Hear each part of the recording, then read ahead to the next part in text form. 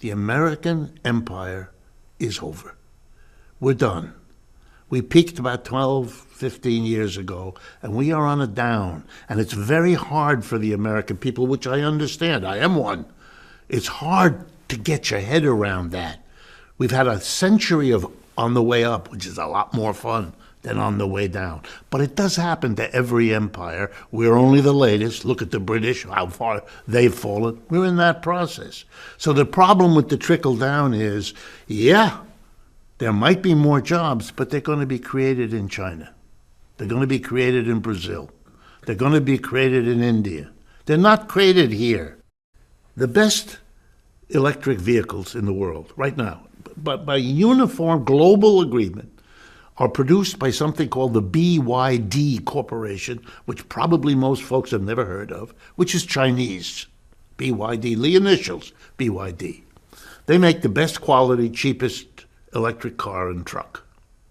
All right. You don't see them anywhere in the United States. Why not? Because Mr. Trump put a 27% tariff on them, and Mr. Biden raised it to 100%. And people will be forced to buy U.S. stuff. Right. Which then creates U.S. jobs, which again stimulates the economy. All right, let me be the economist. Okay? That's good for the Tesla company, which I'm sure is purely coincidental, and GM and Ford and the others. Good. And they'll maybe be able to hold on to some jobs. Good. But now let's follow the bouncing ball, because that's my job as an economist. Yeah. Everywhere else in the world, every company in Asia, Africa, Latin America that competes with an American company that has to buy a truck as part of its business will go to China and buy the best truck at the lowest price, $30,000, the best truck. No American company that competes with them will do that. And you know what that means? Those companies will be able to charge a lower price because they have better inputs than the American company, which doesn't. In the long run, that will lose Americans' jobs left and right as they're outcompeted by all the rest of the world that can go and buy, and is buying, BYD trucks. If you go to Europe right now and you go on the auto routes all over Europe, you'll see BYD cars and trucks. America is shooting itself in the foot. If you take the United States together with the other G7 countries, that used to be the dominant bloc of the world, right? The United States, let's just enumerate them so everybody knows.